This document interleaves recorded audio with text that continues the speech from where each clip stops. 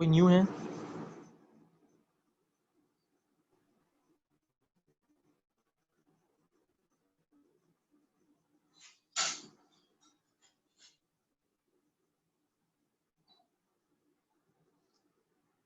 आवाज आ रही है आप लोगों को?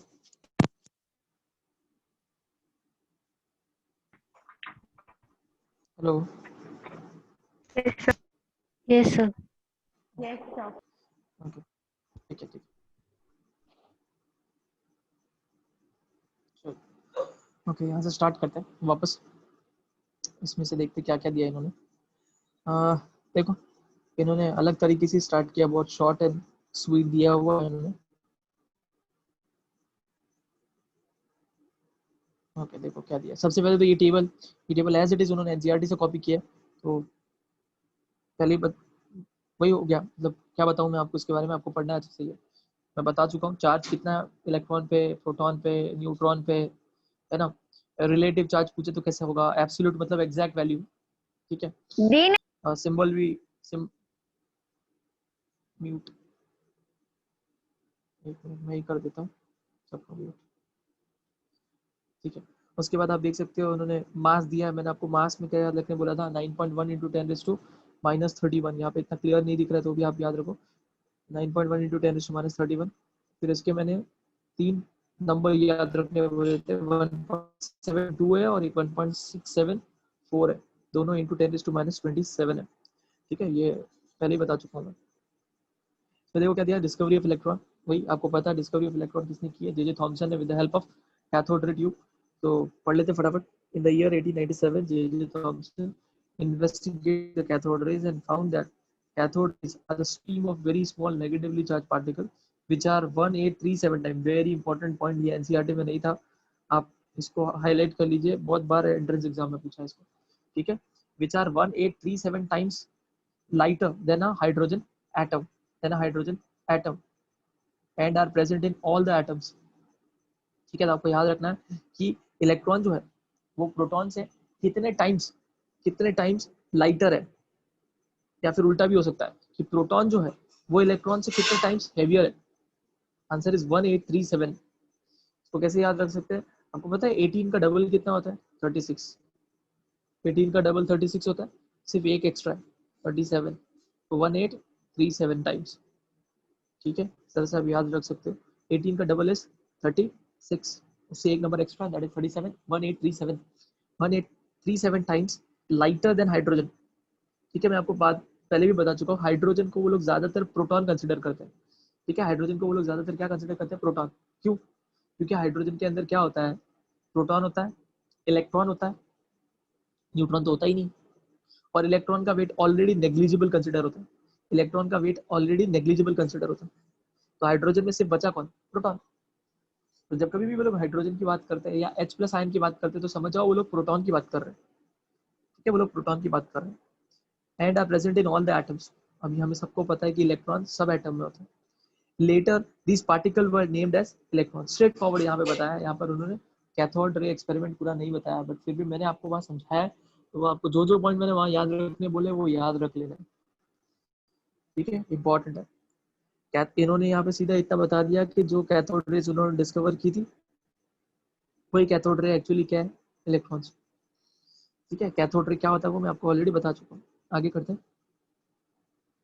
ओके। फिर यह सब एटॉमिक पार्टिकल्स। तो सब atomic particle, Dalton's atomic theory was able to explain the laws of chemical combination successfully, ठीक है। मैं आपको law of chemical combination already पढ़ा चुका हूँ, है ना। Law of conservation of mass, law of, बहुत सारे लॉज दिए उसके अंदर। लॉ ऑफ क्या था, एक और कौन सा था, लॉ ऑफ मास कंजर्वेशन था। उसके बाद कौन सा लॉ था, और कौन सा लॉ था, किसी को याद है क्या?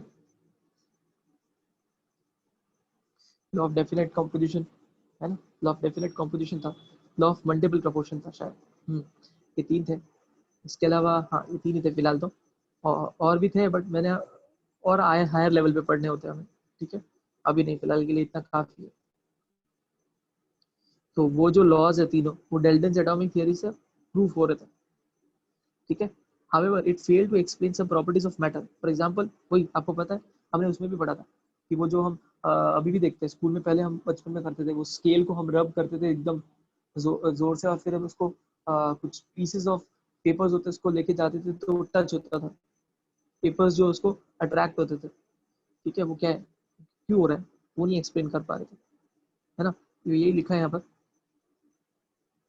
कि सब कुछ बराबर प्रूव हो रहा था डाल्टन एटॉमिक थियरी पे। ठीक है, क्योंकि डाल्टन सबसे पहले वो थे जिन्होंने ये बताया था कि एटम दुनिया में सबसे छोटी से छोटी चीज जो है जिसको और डिवाइड नहीं किया जा सकता वो एटम है।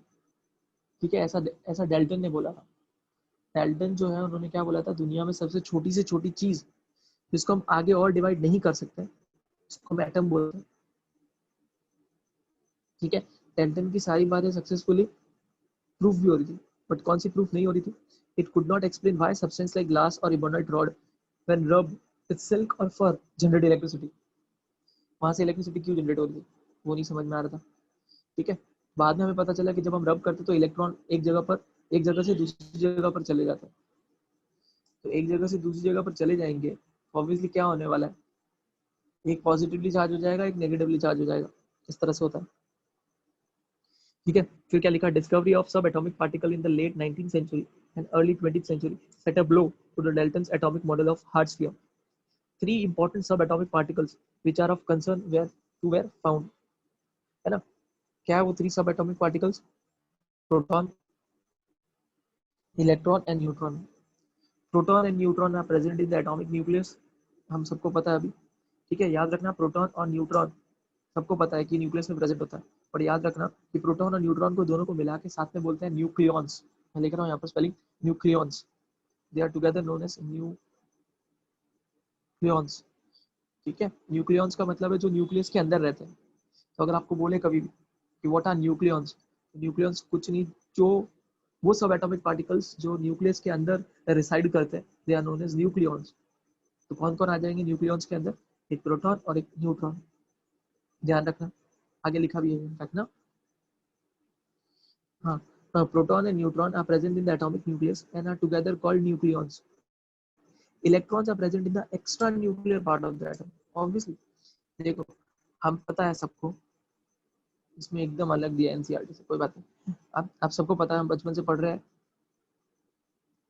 ऐसा होता है राइट एटम। बट मैं आपको बता रहा हूँ धीरे धीरे जैसे जैसे आप आगे जाओगे ना, ये कॉम्प्लेक्स होते जाएगा, फिर आपको बहुत कंफ्यूजन होगा कि ये क्या बात हुई, हमने तो एटम गोल पढ़ा था, ये तो कुछ और ही हो रहा है। तो ज्यादा मत सोचना है इसमें। ठीक है, ज्यादा मत सोचना ये कैसे हुआ होगा, वो कैसे हुआ होगा, नहीं, नो नीड। ठीक है, रिसर्च लेवल पर सब कुछ रिसर्च, आपको रिसर्च लेवल पे जाने का शौक है तो फिर वो बाद में आप देख लेना, बट अभी नहीं। ठीक है, फिलहाल के लिए इतना ही, कि जितना पढ़ा है उतना याद रखो, क्योंकि हमें फिलहाल मेन हमारा एम क्या है, एंट्रेंस एग्जाम क्लियर करना है, या फिर अभी फिलहाल एग्जाम्स में जितना है उतना रिक्वायरमेंट।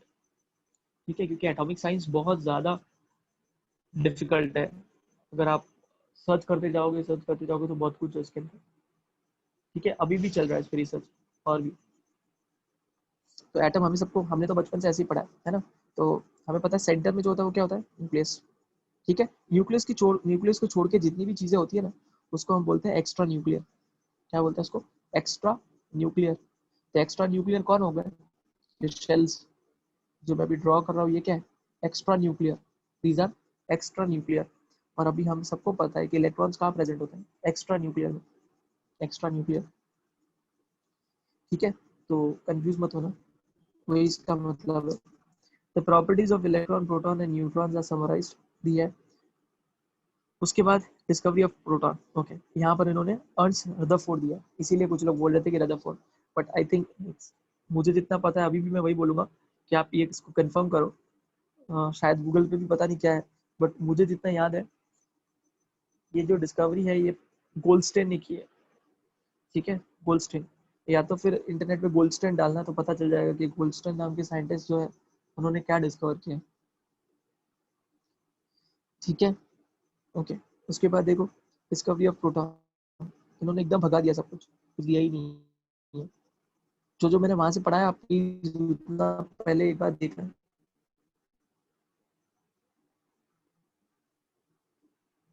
हाँ, कुछ लोग बोल रहे हैं कि रदरफोर्ड ही है, लैंड्रॉय आप बोल रहे हो कि गोल्डस्टेन ही है। ठीक है, मैं एक बार सर्च करता हूँ, एक मिनट रुको, गोल्डस्टेन।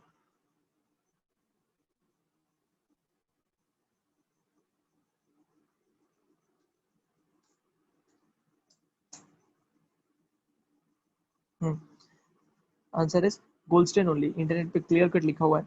मैं आपको थोड़ी देर में इसका स्क्रीनशॉट शेयर करता हूँ। ठीक है, थोड़ी देर में करता हूँ, ये पहले हो जाने दो। इसलिए बोल रहा हूँ क्योंकि है ना, एक्चुअली इस पे विश्वास नहीं कर सकते इस बुक पे। इस टेक्स्ट बुक में बहुत सारे मिस्टेक्स हैं, तो वो प्रॉब्लम है।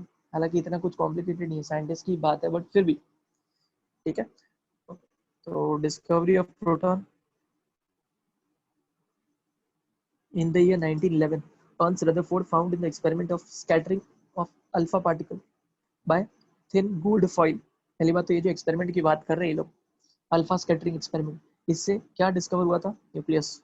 इससे न्यूक्लियस डिस्कवर हुआ था। इनफैक्ट पूछते भी है कि रदरफोर्ड ने कौन सा फेमस एक्सपेरिमेंट किया था? अल्फा स्कैटरिंग एक्सपेरिमेंट किया था उन्होंने। ठीक है, alpha scattering experiment, alpha particle scattering experiment. क्या मैं बताता हूँ, देखो उन्होंने क्या होता है वो भी सब बताता हूँ बारे। क्या लिखा है? That a few alpha particle bounce back from this he inferred the presence of massive and positively charge nucleus inside the atom. देखो उन्होंने खुद लिखा है इसके अंदर कि from these from this he inferred the presence of massive and positively charge nucleus inside the atom. इसका क्या मतलब है कि रदरफोर्ड ने एक्चुअली क्या डिस्कवर किया? न्यूक्लियस। रदरफोर्ड ने न्यूक्लियस डिस्कवर किया। ठीक है, किसी को अल्फा पार्टिकल स्कैटरिंग एक्सपेरिमेंट के बारे में पता है क्या? एनीवन? मैसेज स्कूल में था क्या आप लोगों को ऐसा कुछ? Alpha particle scattering experiment, anyone? Okay, नहीं है तो फिर तो चलो फिर मैं समझाता हूँ। चलो देखते हैं। ओके ओके ठीक है। देखो कुछ नहीं है। पहली बात तो आपको पता है अल्फा क्या होता है, अल्फा पार्टिकल क्या होता है वो सुनो पहले तो। पहले मैं आपको कुछ चीजें बताता हूँ। देखो, एक होता है अल्फा रेज, सुनो अच्छे से और हमेशा के लिए काम आएगा ये सब। फिर होता है बीटा रेज और गामा रेज। तीन रेज हमने सुना है। आपने नहीं सुना भी होगा तो ध्यान रखो, तीन टाइप के रेज होते हैं, alpha rays, beta rays, gamma rays. Radiation है, सब हार्मफुल है, हमारी बॉडी के लिए बहुत हार्मफुल है। इनफैक्ट हमारी बॉडी के कांटेक्ट में आ गए तो कैंसर हो सकता है इससे। ठीक है, डेंजरस होता है ये सब। आप सुनो क्या है अल्फा रेज। क्या होता है अल्फा रेज? होता है हीलियम न्यूक्लियस। Helium nucleus. ठीक है, ध्यान रखना। इसका मतलब क्या है? हीलियम पूरा एटम नहीं, सिर्फ हीलियम का न्यूक्लियस। मतलब हीलियम एटम समझो। हमें पता है हीलियम क्या होता है। हीलियम होता है, ऐसे लिखते हैं हम हीलियम को। आप सबने अगर नहीं भी पढ़ा है तो अभी हम आगे पढ़ेंगे, रिप्रेजेंटेशन ऑफ एलिमेंट। मैंने बताया था वैसे तो स्टार्टिंग में, रिप्रेजेंटेशन ऑफ एलिमेंट है ना। कैसे लिखते हैं हम? एलिमेंट को लिखा, उसके ऊपर ये जो लिखा ये क्या है? Mass number. ये क्या है? Atomic number. है ना, ये एटॉमिक नंबर है, ये मास नंबर है। तो हमने क्या किया, हीलियम में हमें यहाँ से क्लियर पता चल रहा है हीलियम के अंदर कितने इलेक्ट्रॉन्स है? दो। और इजीली भी पता चल जाता है, हाइड्रोजन हीलियम। हाइड्रोजन के बाद अगला एलिमेंट कौन सा है? हीलियम ही तो है। तो हाइड्रोजन के अंदर एक इलेक्ट्रॉन, हीलियम में कितने होंगे? दो।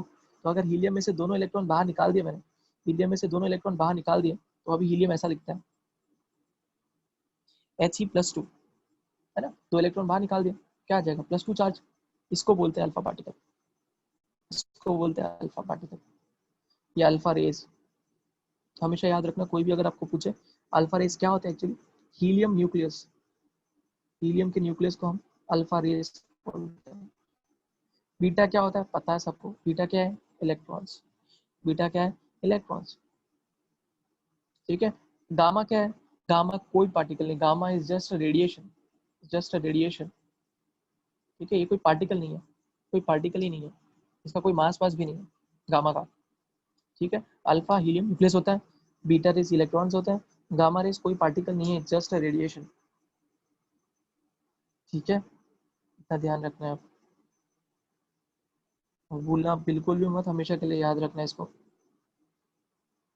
बहुत यूज है इसका आगे, फिजिक्स में भी केमिस्ट्री में भी। ओके, क्या लिखा आपने? एक मिनट।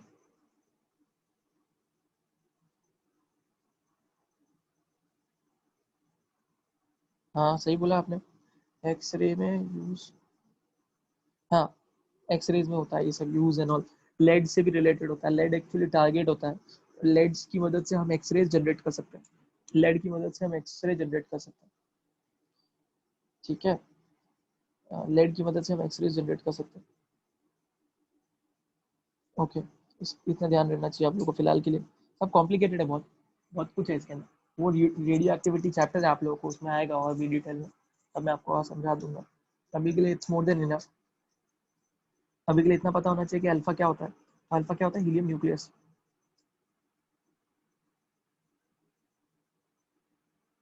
गामा रेज तो हार्मफुल ही होते हैं टीवी में। हाँ, गामा रेज कहाँ से आए?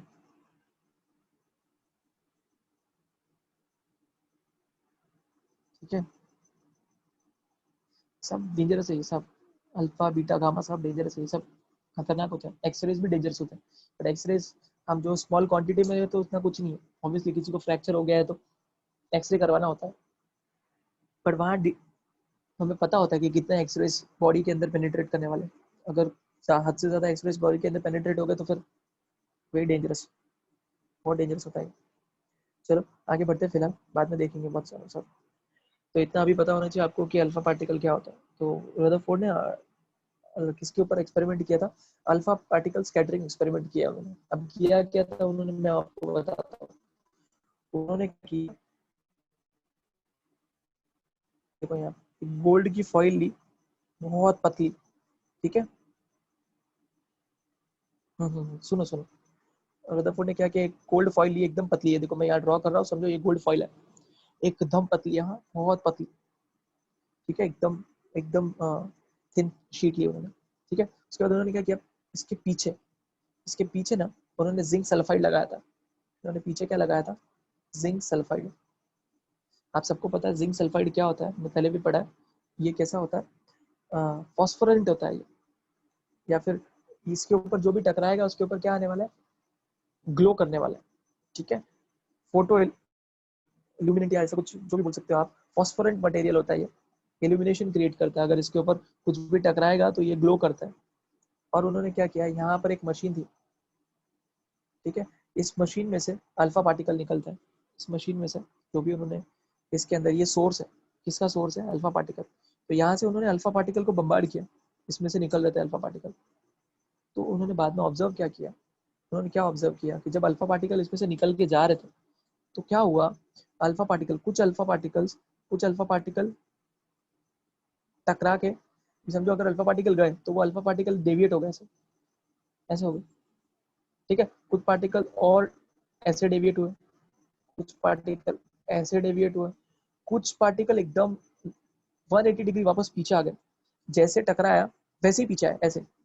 और कुछ ऐसे जो पीछे की तरफ भी गए, मतलब इस पे भी गए, स्क्रीन पे भी गए, और स्क्रीन पे गए तो उनको पता चला ना वहाँ पे ग्लो हो रहा है। ठीक है, तो उन्होंने यही ऑब्जर्व किया कि ज्यादातर पार्टिकल जो है, ज्यादातर पार्टिकल पीछे की तरफ गए, यहाँ पे टकराए यहाँ पे। ठीक है, कुछ पार्टिकल डेविएट हुए। ठीक है, और बहुत ऐसे कम पार्टिकल थे, बहुत ही कम, एकदम कम, जो 180 डिग्री से वापस जैसे गए वापस वैसे ही पीछे आ गए। अब उन्होंने यहाँ से क्या कंक्लूजन निकाला, उनको यहाँ से उन्होंने ये कंक्लूजन निकाला कि ये जो गोल्ड की फॉइल है, जो कि बहुत पतली है, एकदम थिन है, इसके अंदर ज्यादातर जो स्पेस है ना वो वैकेंट है। वैकेंट है मतलब खाली है, हॉलो है। तभी तो ज्यादातर पार्टिकल पीछे की तरफ जाके टकराए, वरना गए कैसे पार्टिकल पीछे? और इस स्क्रीन पे कैसे टकराए वो पार्टिकल? तो उनका यहाँ से उन्होंने एक इन्फ्रेंस निकाला, यहाँ से उन्होंने कंक्लूजन निकाला कि इसके अंदर ज्यादातर स्पेस जो है वो हॉलो स्पेस है। इसीलिए जो अल्फा पार्टिकल है वो हॉलो स्पेस में से निकल के उस तरफ चला गया। ठीक है, उसके बाद उन्होंने बोला कि ये जो ऐसा क्यों हो रहा है, ये डेविएशन क्यों हो रहा है? ये डेविएशन इसलिए हो रहा होगा, सुनो अच्छे से। आपको, हमें सब, अभी हम सबको पता है कि एटम कैसा होता है, ऐसा होता है, राइट? तो इसमें गोल्ड के एटम होंगे। अभी समझो अल्फा पार्टिकल जब आया होगा और वो अल्फा पार्टिकल इसको टकराया होगा, तो ऑब्वियसली पार्टिकल डेविएट ही होने वाला है। समझो अगर जो लोग क्रिकेट खेलते हैं उनको पता होगा कि अगर आप बॉल जो है, उस बॉल को अगर आप ऐसा, अगर किसी भी एज पे फेंकोगे, तो लॉजिक भी है क्रिकेट क्या, किसी एज वाले पिलर पे या किसी पिलर एज पे फेंकोगे तो ऑब्वियसली बॉल क्या होने वाली है, डेविएट होके जाएगी, और डेविएट होके जाएगी। ऐसे कुछ हुआ। तो ठीक है, कुछ पार्टिकल इसके यहाँ पे टकराए तो डेविएट हुए, कुछ और थोड़े से अजीब तरह से डेविएट हुए। और जो पार्टिकल जाके, जो अल्फा पार्टिकल डायरेक्ट न्यूक्लियस को टकराया होगा, जो किसको टकराया होगा, डायरेक्ट न्यूक्लियस को, वो बाउंस बैक हो गया।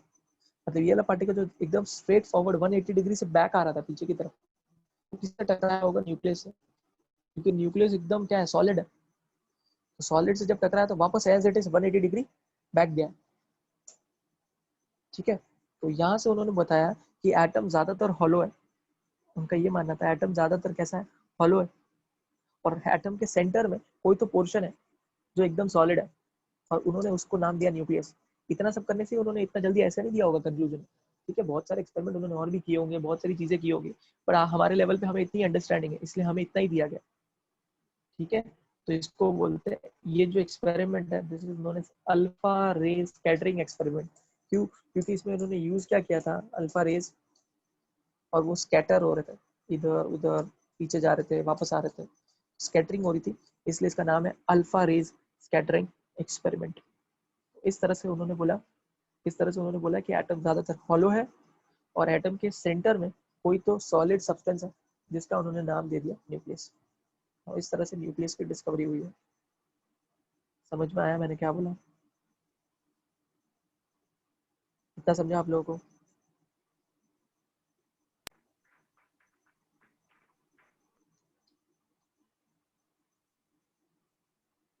ठीक है, आप अनम्यूट करके भी बोल सकते हो अगर चाहिए तो इस तरह से ये पूरा Yes, एक्सपेरिमेंट sir. हुआ। ओके,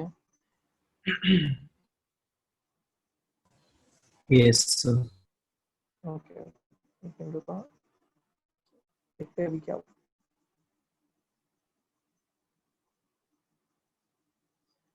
अभी देखते हैं इसमें क्या लिखा हुआ है। Okay, from this he inferred the presence of massive and positively charged nucleus inside the atom. Following the discovery of nucleus in the atom, Rutherford found, देखो ना इन्होंने क्या किया है, ऊपर हेडिंग लिखी है डिस्कवरी ऑफ प्रोटॉन, और अंदर सब कुछ बार बार न्यूक्लियस के बारे में बोलते जा रहे हैं। ठीक है, आगे देखते हैं। Rutherford found that the fast moving alpha particle transmitted nitrogen atom into oxygen atom with the simultaneous liberation of hydrogen atom. Okay, he further showed that other elements also could be transmuted, but hydrogen was always emitted. ठीक है, उन्होंने क्या किया, अब देखो, ये actually radio active experiment है। ये एक्सपेरिमेंट जो है ना, ये रेडिएशन वाला एक्सपेरिमेंट हो गया एक तरह से। क्यों? देखो क्या किया, इन्होंने नाइट्रोजन लिया, नाइट्रोजन को किससे, अल्फा से, अल्फा पार्टिकल से बम्बार्ड करवाया नाइट्रोजन के ऊपर। मैंने आपको पहले ही बताया था अल्फा क्या है, एक्चुअली हीलियम, और उन्होंने भी वही लिखा है, देखो 4 और नीचे 2 लिखा है। ठीक है, इन शॉर्ट ये लोग हीलियम की बात बता रहे हैं, बट एक्चुअली हीलियम नहीं होता है, हीलियम न्यूक्लियस होता है अल्फा रेस। ठीक है, इसीलिए देखो उन्होंने ऐसे लिखा 4 और 2, ये रीजन है उसके पीछे, ऐसा क्यों लिखा है। ठीक है, तो अल्फा क्या होता है, एक्चुअली हीलियम न्यूक्लियस, हमेशा ध्यान रखना। तो उन्होंने क्या किया, नाइट्रोजन के ऊपर अल्फा पार्टिकल को बम्बार्ड करवाया। जब नाइट्रोजन के ऊपर अल्फा पार्टिकल को बम्बार्ड कराया तो उन्होंने देखा कि नाइट्रोजन जो है वो ऑक्सीजन में कन्वर्ट हो गया, नाइट्रोजन जो है वो ऑक्सीजन में कन्वर्ट हो गया। ठीक है, नॉर्मली ऐसा कुछ नहीं होता, हमें पता है। ओके, हमें पता है नॉर्मली, हमने अब तक स्कूल में जितने भी चीज़ें पढ़ी है, हमें पता है नॉर्मली कोई भी रिएक्शन जब होता है तो उसके अंदर कभी कोई नया एलिमेंट जनरेट नहीं होता है। ठीक है, वही एलिमेंट आपस में रीअरेंज होता है। जैसे अगर मैं बोलूँ कि हाइड्रोजन और नाइट्रोजन को मैं रिएक्ट कराऊंगा, क्या बनने वाला है, अमोनिया, है ना। है तो उसमें भी, अमोनिया में भी क्या है, नाइट्रोजन और हाइड्रोजन ही है। ऐसा कभी नहीं हुआ होगा कि आपने नाइट्रोजन और हाइड्रोजन को रिएक्ट कराया, आपको वाटर मिला, दिस इज इम्पॉसिबल, है ना। तो यहाँ से क्लियर समझ में आता है कि जो एक्सपेरिमेंट है, ये एक्सपेरिमेंट कैसा एक्सपेरिमेंट है। प्रशांत, आपको कुछ बोलना है क्या? आपका रेज हैंड दिखा रहा है,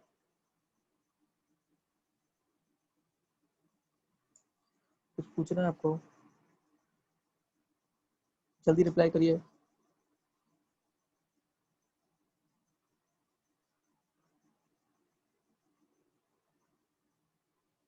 ओके चलो, ठीक है, रेज हैंड दिखा रहा था आपको।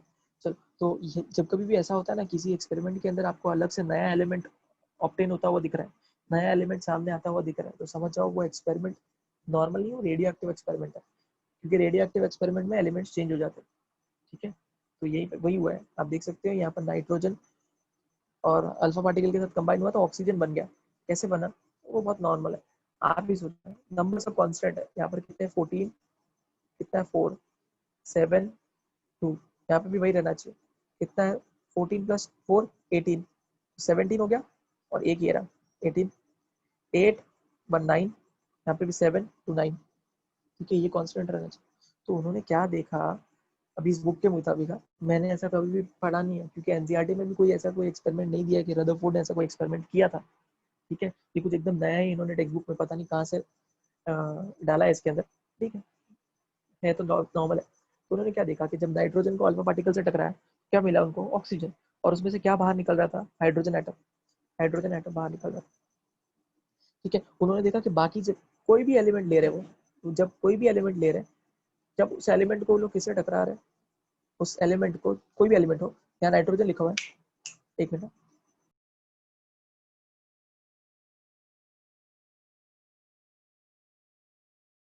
हाँ, तो आप कोई भी एलिमेंट लो, यहाँ नाइट्रोजन लिया, कोई भी एलिमेंट, चाहे वो फ्लोरीन, हाइड्रो, कुछ भी लो, ठीक है, जब उन्होंने उसको अल्फा पार्टिकल से बम्बार्ड करवाया, अल्फा पार्टिकल से बम्बार्ड कराया, तो उन्होंने क्या देखा कि बम्बार्ड करवाया, तो उन्होंने देखा कि क्या एमिट हो रहा है, हमेशा हर बार क्या एमिट हो रहा है, हाइड्रोजन एमिट हो रहा है, हर बार हाइड्रोजन एमिट हो रहा है, ठीक है।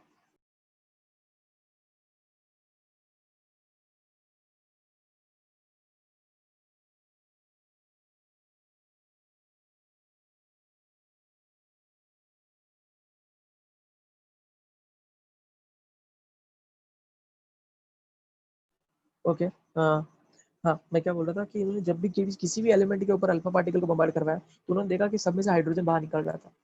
तो यहाँ से उन्होंने ये कंक्लूजन लगाया कि हर एलिमेंट के अंदर एक्चुअली हाइड्रोजन होता है, हर एलिमेंट के अंदर एक्चुअली क्या होता है, हाइड्रोजन होता है, चाहे वो कोई भी एलिमेंट हो, चाहे वो नाइट्रोजन हो, ऑक्सीजन हो, कोई भी एलिमेंट ले लो आप, सोडियम, कोई भी।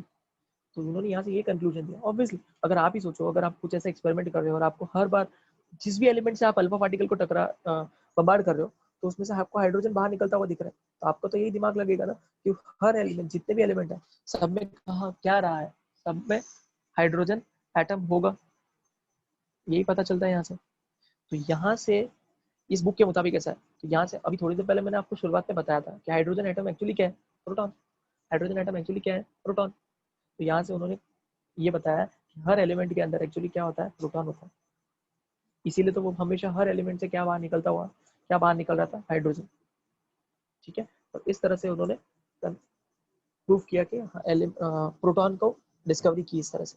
पता नहीं ये थियरी इन्होंने कहाँ से लाई, but actually proton was discovered by Goldstein, but इस बुक ने बोला है, तो आपको बोर्ड्स पॉइंट ऑफ व्यू से याद रखना पड़ेगा, ठीक है। तो आप देख सकते हो, देखो वही लिखा है, पढ़ते हैं।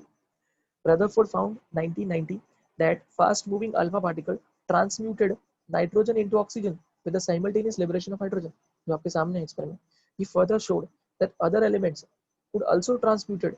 Other element could also transmuted. Transmuted means change हो जाएगा element. But hydrogen was always emitted. Hydrogen was always emitted.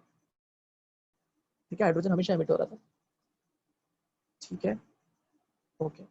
इसमें इस पूरे पेज में किसी को कोई डाउट है? यहाँ तक समझ में आया मैंने क्या बोला?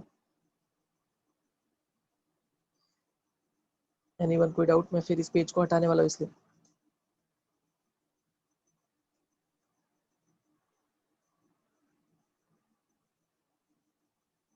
ठीक है, चलो, ओके। तो मैं पहले आपको वो बता देता हूँ कि गोल्डस्टीन ने डिस्कवरी की है। मैं आपको एक मिनट बताता हूँ।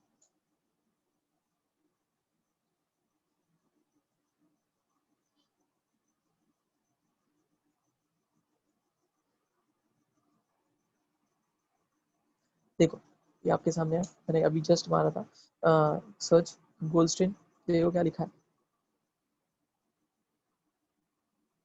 क्या लिखा आप देख सकते हो। he was an early investigator of discharge tubes, the discoverer of anode rays, and is credited with the discovery of protons, ठीक है। तो एक्चुअली गोल्डस्टीन है जिन्होंने डिस्कवर किया। अब ये बुक में कहाँ से ये थियरी लाई है कि रदरफोर्ड ने ऐसा एक्सपेरिमेंट किया था कि हर एलिमेंट पे अल्फा पार्टिकल्स को कोलाइड करवा रहे थे, तो उसमें से हाइड्रोजन निकल रहा था। ये इस बुक ने, क्योंकि ऐसा थियरी कभी पहले कोई बुक में नहीं थी। हाँ, तो आपकी पहली वाली, इसके पहले जो 11th स्टैंडर्ड की बुक थी, उसमें भी ऐसा कुछ नहीं लिखा हुआ था, ठीक है, और एनसीईआरटी में भी कहीं भी ऐसा कुछ नहीं लिखा है। आगे बढ़ते हैं।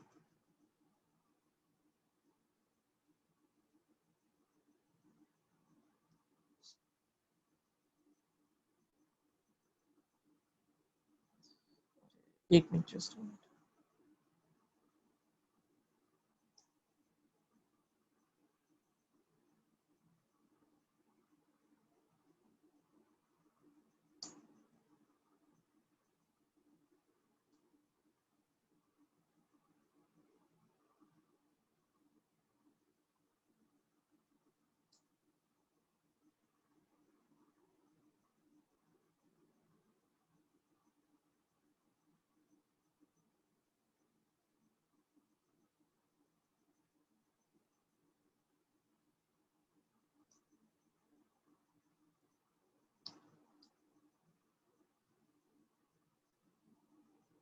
ओके, अब देखो यही एक्सपेरिमेंट है, वो रहा, ये देखो ये एक्सपेरिमेंट है।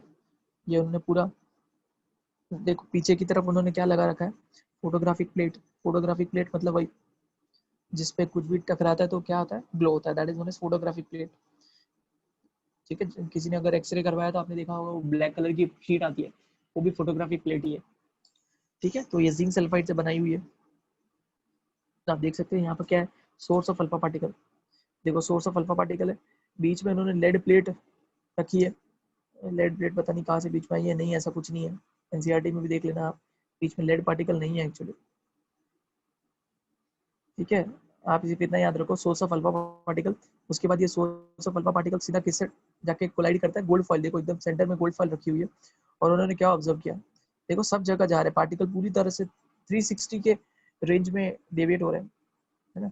आप देख सकते हैं इसमें सब जगह पर डेविएट हो रहे हैं, है ना।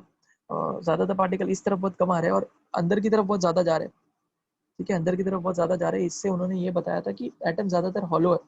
और आप देख सकते हो बहुत कम दिखाया ही नहीं है इन्होंने, वैसे सीधा जो स्ट्रेट वापस आता है 180 डिग्री पर, वो बहुत कम है, वो बहुत कम है। काम करना, आप एनसीईआरटी से घर पे एक बार पढ़ना इस एक्सपेरिमेंट, आपको उसमें ज्यादा क्लैरिटी आएगी। ठीक है, बार बार यहाँ वहाँ नहीं कर सकते हम, इसलिए आप लोग ही पढ़ना, और आपको कोई डाउट आएगा तो मुझे बताना। ओके, तो इतना समझ में आ गया होगा आपको।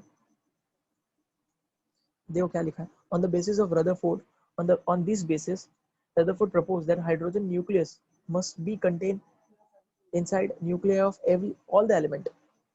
मैंने भी आपको ये बताया, जो अभी थोड़ी देर पहले हमने बोला था ना कि नाइट्रोजन से अल्फा पार्टिकल को टकराया तो क्या निकला उसमें से, ऑक्सीजन, और क्या निकला, हाइड्रोजन। ऐसे बहुत सारे अलग अलग एलिमेंट से उन्होंने क्या बम्बार्ड करवाया उसके ऊपर अल्फा पार्टिकल, सब में से क्या निकल रहा था, हाइड्रोजन। यहाँ से क्या कंक्लूजन निकल के आता है कि सब एलिमेंट के अंदर हाइड्रोजन। वही लिखा है, on this basis Rutherford propose that the hydrogen nucleus must be contain inside nuclear of all the elements, hence the hydrogen nucleus was renamed as proton. मैं भी आपको ये बता रहा हूँ, इसीलिए बोला जाता है हाइड्रोजन के न्यूक्लियस को हम प्रोटॉन बोलते हैं। क्यों, क्योंकि अगर हाइड्रोजन, आपको पता है मैं बार बार वही बोल रहा हूँ, हाइड्रोजन के अंदर होता क्या है, एक प्रोटॉन और एक इलेक्ट्रॉन, न्यूट्रॉन तो होता ही नहीं। अगर हाइड्रोजन में एक प्रोटॉन और एक इलेक्ट्रॉन ही है, अगर आप इलेक्ट्रॉन भी बाहर निकाल दोगे, इलेक्ट्रॉन भी बाहर निकाल दोगे, तो बचा क्या, सिर्फ प्रोटॉन। ठीक है, इसीलिए हाइड्रोजन न्यूक्लियस को ही हम प्रोटॉन बोलते हैं, हाइड्रोजन न्यूक्लियस को ही हम प्रोटॉन बोलते हैं।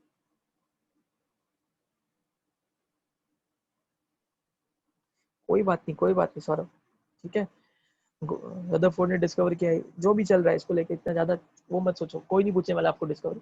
चाहिए तो आपको कंफर्म करना है ना, तो आप एक काम करना, आप कॉलेज में जब जाओगे ना, तो कोई सीनियर फैकल्टी होगा एकदम, उनको पूछ लेना एक बार, वो आपको ज्यादा अच्छे से आइडिया दे पाएंगे। गूगल का क्या है, बट जितना मुझे पता है, मैंने पढ़ा है अपने टाइम में, मुझे जितना पढ़ा है, मैंने जितना पढ़ा है उसके हिसाब से गोल्डस्टेन ही है, बट इट्स ओके। ठीक है, आप रदरफोर्ड के बारे में इतना याद रखना कि रदरफोर्ड जो है उन्होंने क्या डिस्कवर किया था, न्यूक्लियस डिस्कवर किया था उन्होंने। ठीक है, और कौन से एक्सपेरिमेंट से डिस्कवर किया था, alpha particle scattering experiment, alpha particle या अल्फा रेज स्कैटरिंग एक्सपेरिमेंट। ठीक है, भूलना बिल्कुल भी मत। इतना हो गया। नेक्स्ट उन्होंने दिया है डिस्कवरी ऑफ न्यूट्रॉन। हाँ, डिस्कवरी ऑफ न्यूट्रॉन के बारे में देखो कुछ याद नहीं रखना है, इन्होंने ये सब किया ना यहाँ पर, ये सब नहीं ध्यान रखना है, ये पैराफिन एंड ऑल ये सब नहीं ध्यान रखना है, सिर्फ आप इतना याद रखो, डिस्कवरी ऑफ न्यूट्रॉन के बारे में ज्यादा कुछ क्वेश्चन आते भी नहीं है, सिर्फ इतना पूछते हैं कि न्यूट्रॉन की डिस्कवरी की किसने, चैडविक। ठीक है, चैडविक ने डिस्कवरी की थी। और क्या पूछेंगे ज्यादा से ज्यादा, न्यूट्रॉन का मास कितना होता है, वो मैं आपको ऑलरेडी बता चुका हूँ। न्यूट्रॉन पे चार्ज कितना होता है सबको पता है, 0। न्यूक्लियस कहाँ न्यूट्रॉन कहाँ रिसाइड करता है न्यूक्लियस के अंदर, ठीक है, यही सब पूछेंगे, ज्यादा इसके अलावा कुछ नहीं पूछेंगे और कुछ भी नहीं पूछेंगे आपको। तो ये सब मैं नहीं पढ़ रहा हूँ, आप सिर्फ इतना याद रखो चैडविक ने डिस्कवर किया, एंड बिलीव मी कुछ नहीं आएगा इसमें से। ठीक है, इतना ध्यान रखना है आपको। अच्छा, थोड़ी देर में लेक्चर रुक जाएगा, प्लीज आप कंटिन्यू करना वापस। ओके, आगे बढ़ते हैं। उसके बाद atomic number and atomic mass number का कॉन्सेप्ट है, जो कि बहुत ज्यादा इंपॉर्टेंट है। आई थिंक आपको आता भी होगा, मैं फिर भी आपको समझा देता हूँ, ईजी है, मैंने सिखाया भी था जब मैंने आपको मोल कॉन्सेप्ट वाला चैप्टर समझाया था, बट मैं फिर से अभी समझा देता हूँ। देखो क्या है, हम एलिमेंट को, एलिमेंट जितने भी एलिमेंट्स हैं उनको जनरल रिप्रेजेंटेशन देना है, उनको जनरल रिप्रेजेंटेशन, तो जनरल रिप्रेजेंटेशन देना तो हम किससे डिनोट करते हैं, एक्स, ये एलिमेंट है। ठीक है, कोई भी जो भी है, कोई भी एलिमेंट, ठीक है, उसके हमेशा लेफ्ट हैंड साइड में ऊपर की तरफ होता है ए, नीचे की तरफ होता है जेड। ठीक है, क्यों हम राइट साइड में नहीं लिखते, इसलिए बिकॉज राइट साइड में जब हम लिखते हैं, समझो अभी लिखा मैंने H2O, और आप सोचो अगर आप यहाँ लिखोगे तो बहुत कंफ्यूजन हो जाएगा।